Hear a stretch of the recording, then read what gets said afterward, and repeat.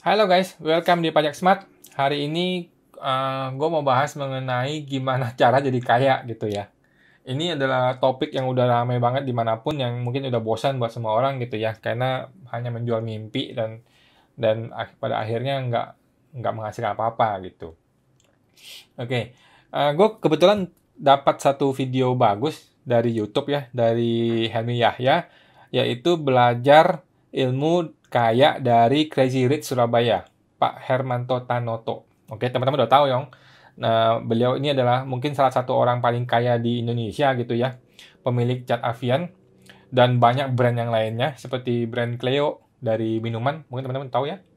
Ternyata itu salah satu yang terbesar di Indonesia katanya. Ternyata mungkin udah 3 besar atau 5 besar gitu ya. Lumayan sekali. Oke. Nah, sebenarnya gue sih nggak terlalu suka yang beginian, karena terus terang nggak banyak yang bisa kita pelajari dari orang-orang ini. Seperti mungkin lo pernah dengar kisah hidupnya Amazon, kisah hidupnya Bill Gates, kisah hidupnya orang-orang itu tuh, mereka tuh orang kaya, itu satu hal. Pertama, mereka orang kaya. Yang kedua, mereka itu punya punya punya link yang kita nggak punya gitu loh. Terus orang-orang kayak Pak Hermanto ini kan kisahnya mungkin katanya susah dan sebagainya, tapi orang tuanya orang kaya, coy. Orang kaya, bukan orang miskin gitu. Dan dia tuh hidup di zaman dulu yang zamannya itu berbeda dengan zaman sekarang, dimana kalau lu sekarang menerapkan ilmu-ilmu yang dipakai itu udah nggak masuk, udah nggak bisa jalan, guys. Oke, jadi menurut gue sih nggak terlalu banyak bisa kita dapatkan dari mereka ini, dari struggling, dari perjuangan mereka kita nggak usah dapat banyak, tapi kita bisa dapat banyak dari mindsetnya mereka, guys. Oke, dari mindsetnya kita bisa belajar banyak. Kalau dari pengalaman bisnisnya yang sudah 30 tahun yang lalu sih udah expired, udah nggak bisa dipakai. Oke ya. Jadi kalau lu berpikir lu bakal menjadi orang terkaya nomor satu di chat gitu, terus lu menjalankan hidup seperti dia, menjalankan bisnis seperti dia, lu kan gagal, lu nggak akan bisa di zaman sekarang gitu ya. Oke, tapi di sini ada potongan klipnya yang menurut gua sangat bagus. Di sini Pak Helmi bertanya gimana cara jadi kaya seperti lu gitu. Dia tanya ke Pak Hermanto. Kita dengarkan nih guys. Ada ilmunya di sini banyak banget. Pak, kalau bisa dipilih Pak untuk disampaikan gitu. Apa yang membuat seorang Hermanto Tanoko sukses dan kaya? Setiap melakukan sebuah usaha, coba pikirkan apa sih yang bisa memberi manfaat, yang memberi benefit kepada orang lain. Kalau itu you selalu memikirkan hal itu, akhirnya kita akan mempunyai diferensiasi yang berbeda, plus itu sangat bermanfaat. Ya tentunya cuman tunggu waktu aja untuk bisa menjadi sukses. Oke. Jadi dia bilang ketika lu bangun usaha, ini masih berlaku sampai sekarang sebenarnya. Ketika lu mau bangun usaha, lu harus berpikir bagaimana bisnis lu ini atau produk lu ini bisa bermanfaat bagi orang lain. Bisa memecahkan menjadi solusi bagi problem yang dimiliki oleh customer lu. Oke? Jadi kalau lu bisa membuat bisnis lu atau produk lu ini menjadi solusi atas problem dari customer lu, maka barang lu ini akan bisa lu jual dengan mudah. Iya dong. Dan lu harus punya diferensiasi, itu udah pasti. Artinya apa bedanya produk lu ini dibandingkan dengan produk orang lain? Lu harus punya diferensiasi itu gitu. Ketika produk lu punya diferensiasi dan bermanfaat buat orang lain, maka kata dia nih, tinggal tunggu waktu aja untuk lu sampai sukses di usaha ini. Menurut gua itu benar. Itu benar menurut gua. Oke? Yang penting yang lu mesti lu pikirin adalah manfaat apa dari bisnis lu untuk customer lu yang bisa memecahkan problem-problem mereka itu, dan apa diferensiasinya dari produk lu ini. Oke? Kita lanjut. Terus konsisten nggak untuk kan sesuatu itu kan butuh keuletan ya, nggak bisa yuk langsung besok sudah sukses atau sebulan lagi sukses atau setahun, kan nggak bisa. Faktornya kan banyak, apalagi kalau you punya kompetitor yang benar-benar kompetitornya itu menguasai market share 60%, itu tambah berat lagi kan untuk lawan kan. Cleo itu saya 5 tahun rugi. 5 tahun rugi itu 5 tahun itu kerja sampai malam-malam sama istri saya itu kan. Istri saya kan jadi presidirnya di Clio tuh. Kerjanya sampai malam-malam, terus rugi, masih invest terus, nambah pabrik, nambah mesin. Yuk bayangin. Itu saya mesti meyakinkan istri saya, tambah terus, invest lagi, terus nambah. Karena mimpinya kan mau jadi yang terbesar. Yuk, nggak bisa dong. Mimpinya besar tapi yuk sudah give up, nggak bisa nih. Terus. Jadi sampai tahun ke-6 terus untung ya, terus kita mengembangkannya lebih cepat lagi. Akhirnya setelah 14 tahun IPO, nah ini kan keren kan. Apa arti? Oke. Udah selesai guys. Oke. Tadi dia bilang apa? Clio, produk minuman yang dia punya itu 5 tahun rugi guys, 5 tahun rugi. Oke. Artinya apa? 5 tahun dia injek terus duit, masukin duit, duitnya nggak keluar. Oke? Dan belum jelas nih arahnya bakal sukses apa enggak gitu. Oke, dia kerja sampai malam, entah ini benar apa enggak ya, kan di level dia harusnya dia udah punya waktu, kita nggak tahu juga.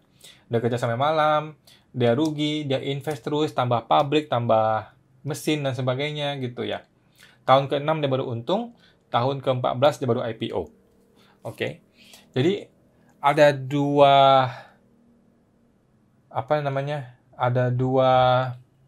insight yang gue dapatkan. Pertama adalah lu jangan berharap seperti dia. Yang kedua adalah lu jangan mau seperti dia. Oke. Pertama, kenapa lu jangan berharap seperti dia? Karena lu nggak tahu berapa duit yang sudah dia invest. Itu mungkin bermiliar-miliar, mungkin ratusan miliar, guys. Dan kita nggak punya duit itu. Dan kita sebaiknya jangan pinjam duit orang untuk berbisnis. Oke, beresiko, terlalu beresiko gitu ya. Nah, jadi jangan seperti dia, gitu. Jangan seperti dia. Kita jangan berbisnis seperti itu, gitu. Karena kita nggak punya, kita nggak bisa, gitu. Kita nggak bisa seperti dia. Kita nggak bisa berinvestasi 5 tahun sampai rugi begitu, sampai tahun ke-6 terus berharap mau IPO di tahun ke-14. Kita nggak bisa seperti itu. Oke, guys. Yang kedua, lu nggak mau seperti dia. Oke.